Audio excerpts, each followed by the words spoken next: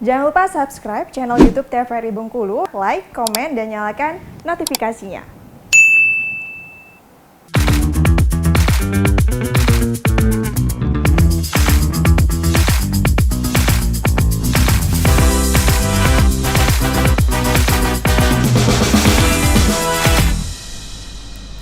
Balik lagi di Opini, obrolan pagi ini masih dengan tema yang sama, yaitu cantik untuk semua wanita. Nah, Mbak Putri, kalau misalnya kita bahas cantik itu kan yang paling utama yang terlihat itu kondisi kulit ya? Iya, betul. Soalnya untuk ciri-ciri kondisi kulit yang terlihat sehat itu kayak gimana sih, Mbak Putri? Jadi kita harus samakan persepsi dulu ini ya. Jadi sekarang tuh udah banyak misleading kalau misalkan kulit cantik itu adalah kulit yang putih. Benar. Ya kan, kulit yang putih. Terus kulit yang tone kulitnya di atas rata-rata, ya seperti itu. Tapi sebetulnya cantik kulit itu sendiri kita bisa menjaga kelembaban kulit itu yang pertama. Itu yang utama, makanya hydrating atau kita sebut dengan moisturizer itu penting banget. Nah, dia lembab, terus kemudian kulitnya juga rata, maksudnya warna kulitnya rata, seperti itu. Jadi nggak harus putih nih warna kulit, apapun warna kulit kita yang penting warnanya rata. Jadi nggak ada yang ada bagian yang lebih gelap, ada bagian yang lebih cerah. Nah itu yang memang sebenarnya banyak yang diperbaiki. Nah itu kalau misalkan kita merasa warna kulit saya nggak rata, itu yang harus diperbaiki. Tapi kalau misalkan warna kulitnya rata, kelihatan pengen lebih cerah boleh, tapi bukan lebih putih. Benar. Bukan lebih putih. Jadi kulit yang sehat itu kulit yang terhidrasi, terlindungi, tidak ada tanda-tanda penuaan ya, bukan tidak ada.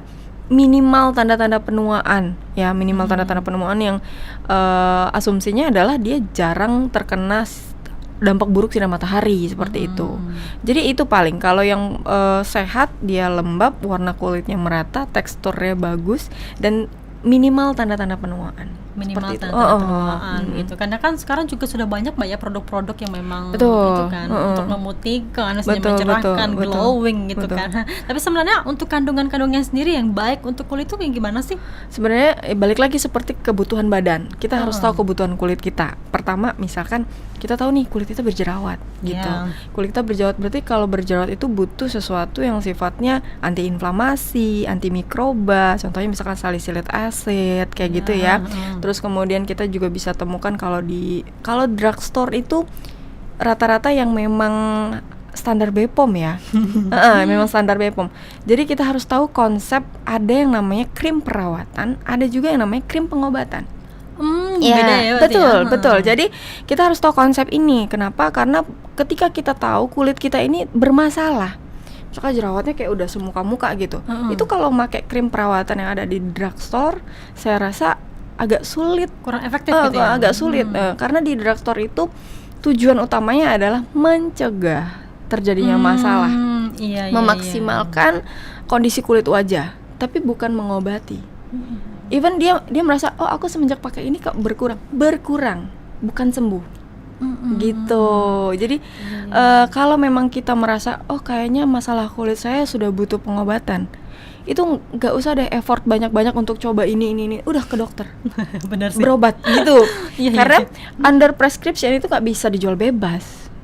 Nah, obat ibaratnya satu zat aktif yang tidak bisa dijual bebas itu memang kita dapatkan dari dokter.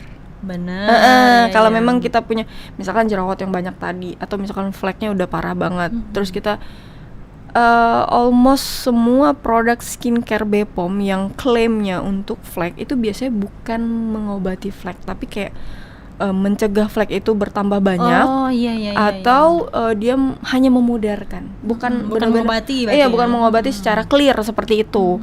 Nah, jadi memang kalau kita merasa kok nggak sembuh-sembuh ya, sebenarnya bukan nggak sembuh-sembuh, memang belum diobatin. Iya, memang belum diobatin. Bener gitu. Apalagi kan sekarang tuh banyak ya produk-produk, misalnya mukaku jerawat nih, ada iklan yang bagus nih kayaknya untuk obat jerawat. Nah, akhirnya dicoba, padahal kan nggak tahu ya itu tuh apakah memang untuk penyembuhan, porsinya bagus, maksudnya porsinya pas atau tidak, untuk kita konsentrasinya pas atau tidak, untuk kondisi kulit kita, daripada kita kayak coba ini. Aku udah banyak nyobain loh, tapi kok nggak sembuh-sembuh.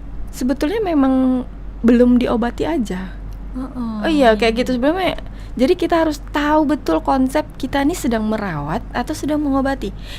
Kulit kita butuh perawatan, atau butuh pengobatan? Benar-benar. Nah, seperti itu. Kalau aku ini ini butuh perawatan atau pengobatan nih, Mbak Put? Butuh perawatan aja. Butuh perawatan. Ya udah bisa dicoba nih ya, kayaknya datang langsung ke kliniknya Mbak Putri. Mbak Putri, sebenarnya kan kalau ada juga orang-orang yang bilang kalau muka berminyak itu mengatasi penuaan dini, benar nggak sih Mbak? Tergantung juga. Kalau memang lebih berminyak memang betul. Memang betul dia karena dia menjaga skin barrier kulit kita kan memang ada lapisan lipidnya, lapisan lemaknya. Dia juga menyokong skin barrier kita. Kalau dibilang awet mudanya itu karena minyaknya, mungkin ada banyak faktor lain gitu. Tapi kalau salah satu faktornya betul.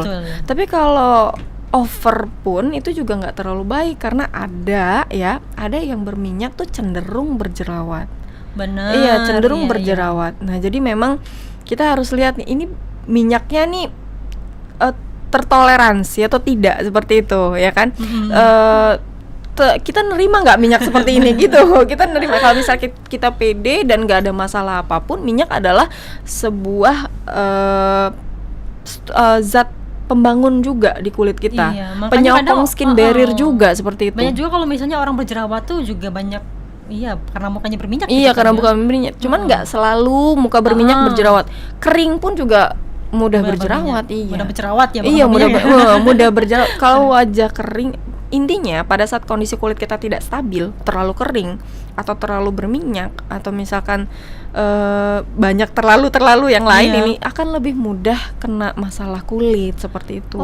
Makanya harus selalu stabil. Balik lagi ke kulit sehat tadi, dia terhidrasi, ya kan, warna kulitnya rata, tidak minimal tanda-tanda penuaan, yang seperti itu tadi. Makanya itu yang harus kita jaga, keseimbangannya. Kayak gitu. Nah, ini juga tak lepas dari mungkin penggunaan skincare yang kita gunakan dan juga pola hidup kita ya. Betul. Itu yang lebih penting. Itu yang lebih penting. Mbak Putri, kita jeda dulu, nanti kita bahas lagi nih ya terkait dengan tema kita, cantik untuk semua wanita. Pemirsa, kami akan kembali setelah jeda pariwara berikut ini.